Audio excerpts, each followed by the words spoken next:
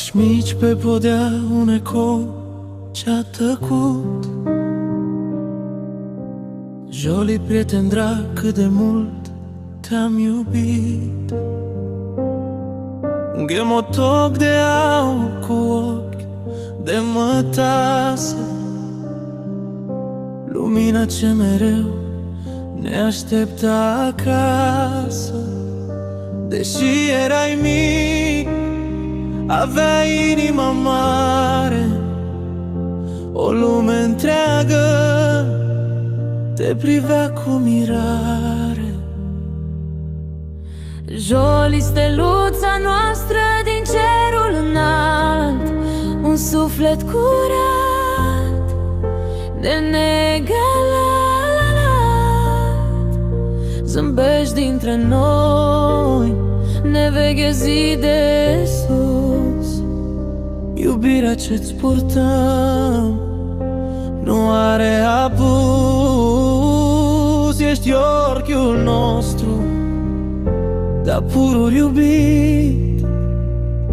În sufletul nostru ești viu, neclintit.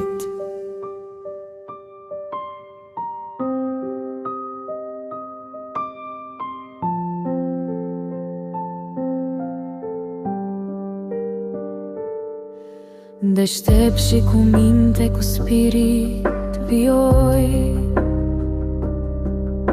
lăsai bucurie în urma ta printre noi. Cunoscut de toți, de mulți adorat, un rege micuț pe un tron fermecat. Acum alergi liber prin ierburi de stele, departe de griji și de clipele grele. Să ne veghezi, Joli, cu privirea ta blândă, căci dorul de tine mereu ne inundă. Dar știm că acolo, în liniștea lină, ești fericit, înconjurat de lumină. Rămâi cu noi,